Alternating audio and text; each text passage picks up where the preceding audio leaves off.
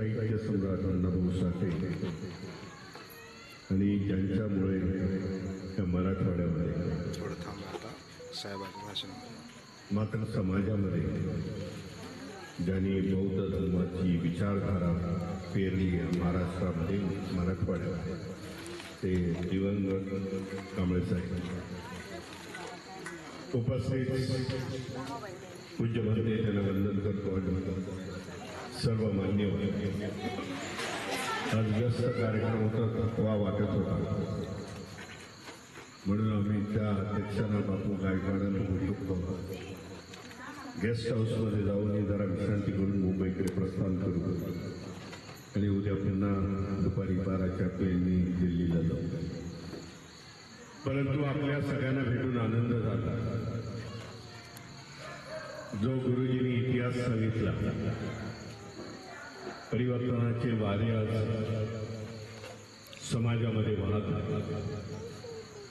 शिक्षणाच्या माध्यमामधून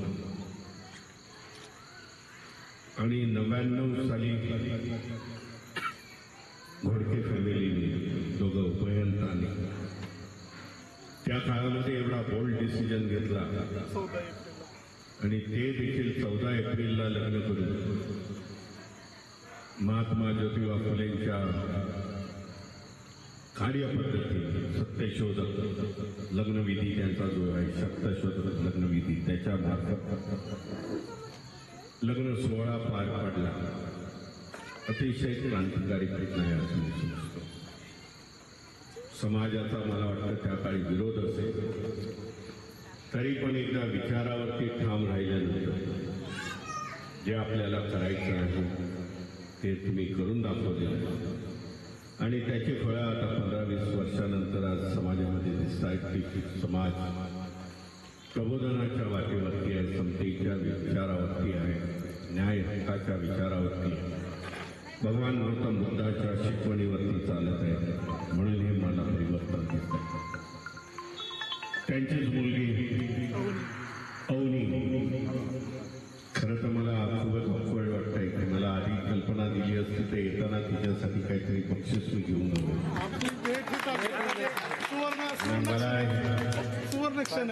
मला हे ऑकवर्ड वाटतंय. त्या अवनीला मी वाढदिवसाच्या हार्दिक शुभेच्छा देतो.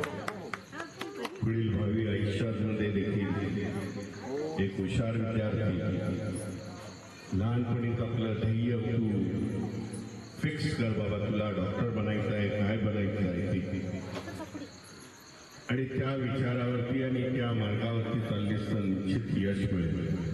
तुला 11व्या वर्षाच्या वाढदिवसाच्या मी हार्दिक शुभेच्छा देतो आणि छोटीशी भेट मी तुला देतो. खंड आहे त्याच्यापेक्षा उत्तम का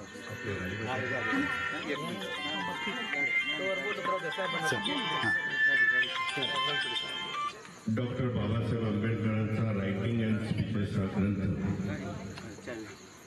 व्हॉल्यूम नंबर 5 हा मी तुला भेट देतोय.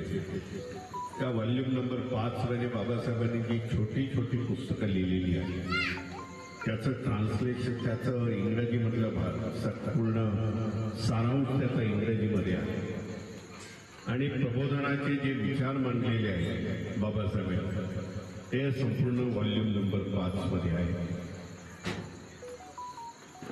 आणि ते पुस्तकाची तुला भेट देतो.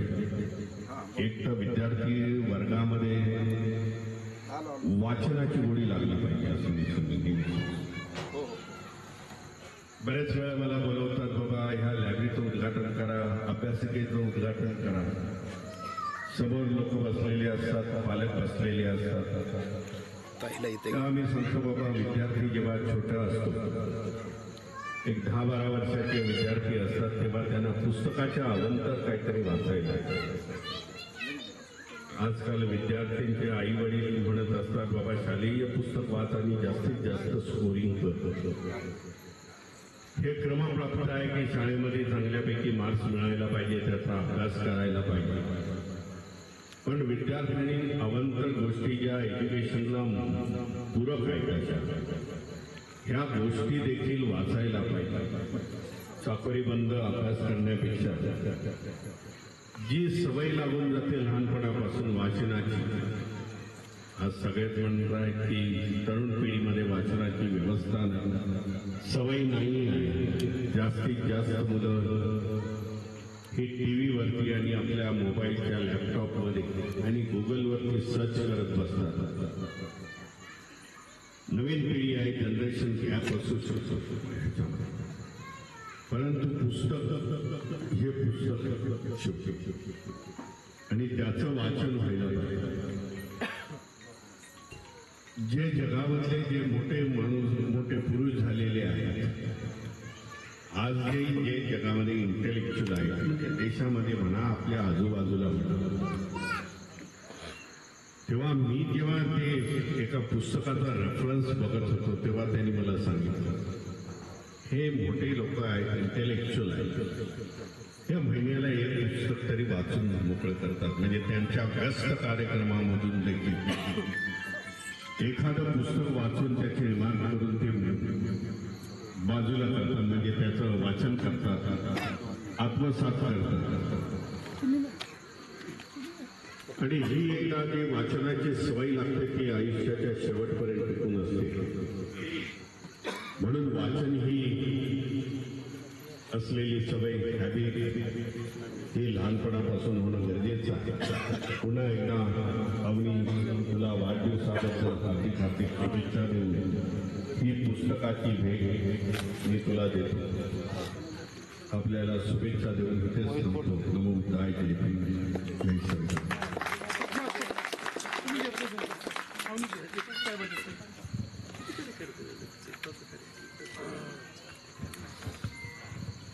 धन्यवाद साहेब. खरं म्हणजे खूपच आमच्यासाठी हे प्रेरणादायी आहे. आणि ती बी आर आंबेडकरच्या सहीने ज्या लाखो कोट्यवधी लोकांचं जीवन बदललं, त्यांच्या वारसाची सही ही आमच्या पिढी बदलण्याचा एक सही आहे. ही आमच्यासाठी प्रचंड मोठी ऊर्जा आणि प्रेरणा आहे. सर्वांनी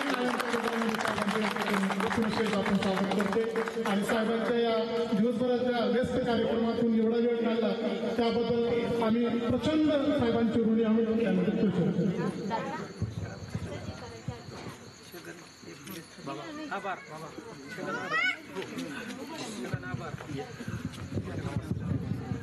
थांबा ना.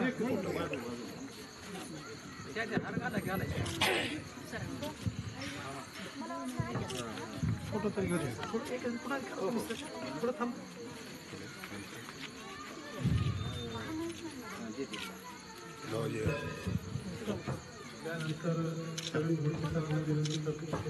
आभार मानव.